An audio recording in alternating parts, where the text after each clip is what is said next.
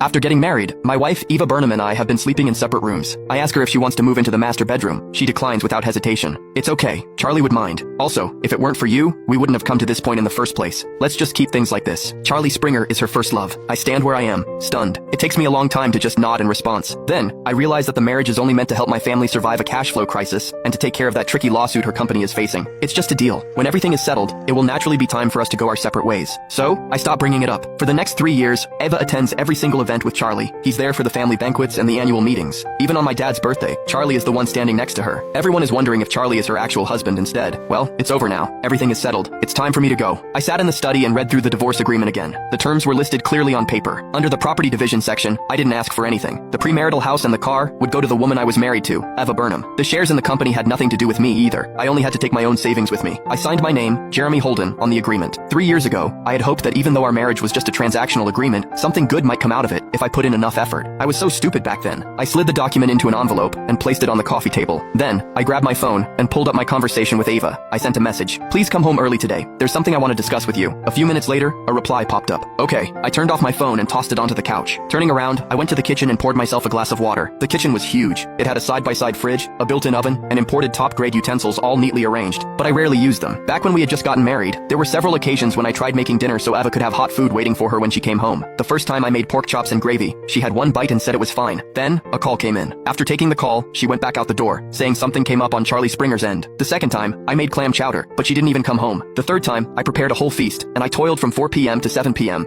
Eva came back this time, but with Charlie in tow. The two were chatting as they entered the house. When Eva saw the feast on the table, she was stunned for a moment. Then she said, "We already have plans to eat out." Standing behind her, Charlie looked at me and smiled. That must have been a lot of work. Even now, I felt my stomach churning when I recalled that smile. After that, I never made any meals. The clock struck 7, but Eva didn't come home. At 8 p.m., she still wasn't home. It was already 9 p.m. when I received a notification. I glanced at my phone. It was a message from Eva. Something came up with Charlie, so I'll be home late. Go get some sleep. Don't wait up. I stared at the message for a long time. There it was again. Go get some sleep. Don't wait up. I had gotten quite familiar with those words over the past 3 years. Every time it happened, it always had something to do with Charlie. There was always something going on with Charlie, and Eva always had to do something about it. She had to be there for him when he got sick, got upset, moved houses, and even when he got a cat. Once, Charlie was craving cakes from a bakery on the other side of the city. Eva drove 40 minutes just to get those cakes. Then, she brought them to his apartment and only went home when he had finished eating. It